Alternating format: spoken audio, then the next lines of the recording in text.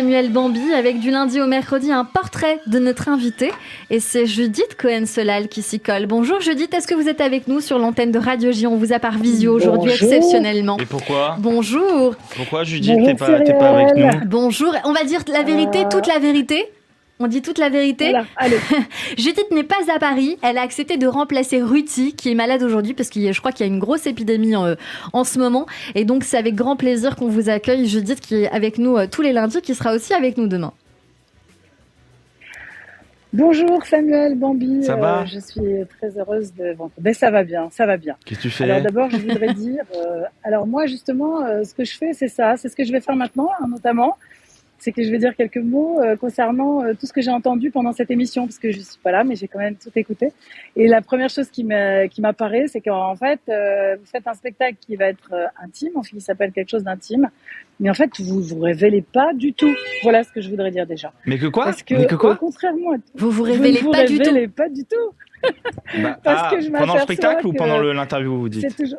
Même pendant l'interview, puisque je m'aperçois que questions que Cyrielle vous avait posées auparavant, par exemple sur votre musique préférée ou sur votre livre préféré, bon, bah, vous lui avez raconté un petit peu ce qui vous passait par la tête à ce moment-là. Et alors, le plus révélateur, c'est que moi, d'habitude, je m'inspire beaucoup du tac au tac. Mais alors là, c'était quand même très drôle, parce que le tac au tac, on va le dire comme ça, vous avez dit un peu n'importe quoi. Non. Bon, c'était sympathique.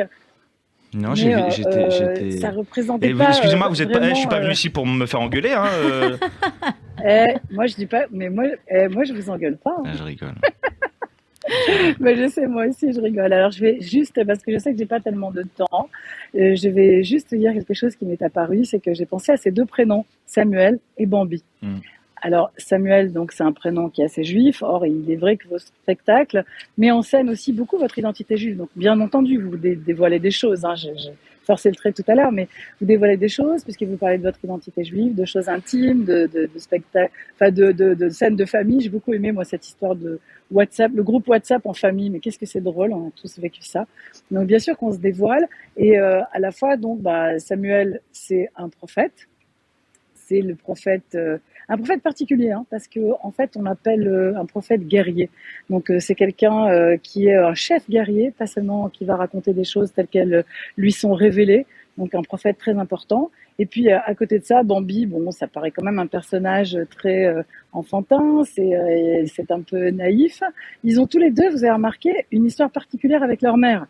Alors, quand même, parce que d'abord, il perd sa mère, hein, il la connaît à peine, le pauvre Bambi. D'ailleurs, je me suis dit, en passant, c'est spécial quand même une mère. Bon, ça, c'est vraiment une histoire de mère juive, hein, quand même. Une mère juive qui appelle son fils Bambi, sachant qu'en fait, lui, il a plus de mère, Bambi. Et donc, je me suis dit, c'est quand même la meilleure manière de dire, attention, hein, si tu fais pas ça, je vais mourir. Attention, il faut que tu fasses ça, sinon je meurs. Et du coup, il y a quand même cette histoire-là. Et puis, on sait que Samuel, le prophète, eh bien, sa mère, qui ne pouvait pas avoir d'enfant, quand il est né, elle l'a consacré. Donc, elle l'a en fait quand même laissé, enfin pas abandonné, mais en tout cas, elle l'a donné à Élie pour qu'il en fasse justement un prophète. Elle l'a consacré à Dieu. C'est l'oreille de Dieu. Donc c'est quand même très intéressant. Ce qu'il faut dire aussi, Judith, je me permets juste, c'est que Bambi, c'est aussi un roman contre l'antisémitisme. Bravo, alors, j'allais le dire, s'il vous plaît. Pardon. Non, c'est moi qui vais le dire. Pardon. C'est vrai, j'ai appris ça il y a pas longtemps. Ouais. Voilà, et il se trouve que finalement, non, c'est pas si naïf que ça du tout, puisque Bambi, c'est un roman qui avait été écrit en 1923 par un juif, justement, qui ça faisait appeler Salten, mais qui s'appelait en fait Sigmund Saltmann, et que c'était une allégorie de l'antisémitisme des années 20. De l'antisémitisme des années 20, d'un petit juif qui est perdu, à qui on a enlevé sa famille et qui doit se débrouiller à travers un monde très hostile. D'ailleurs, c'est un roman qui avait été brûlé par les nazis, carrément. Ouais. Et après, donc, Disney avait transformé. Disney, absolument, l'a transformé et l'a mis un petit peu comme justement ce passage, cette vie initiatique, parce qu'il doit se débrouiller tout seul, être dans l'autonomie. Alors moi, je trouve ça assez incroyable et je comprends finalement qu'avec ces deux prénoms-là, ça soit pas si facile de révéler ou de dévoiler tout ce qui nous traverse à l'intérieur et qu'en fait, vous le faites de manière très intéressante, très intelligente, avec l'humour, donc en parlant de soi, mais par dérision, et en se révélant de cette manière-là. Merci madame. C'est gentil de me dire merci madame. Dites, je peux révéler quelque chose quand même sur Samuel C'est Bambi. ma mère, voilà, c'est ma mère. À l'école Ganenou.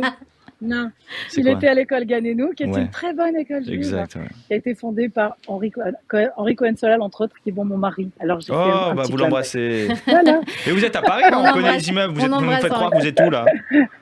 Vous êtes où, là? Non, mais je viens d'arriver, donc je me suis assise dans la rue. Elle sort du train, On vous pardonne, Judith, bien évidemment. On vous dit merci surtout. Merci beaucoup, Judith Cohen-Solal. On se retrouve demain. À très vite, justement, sur Radio J.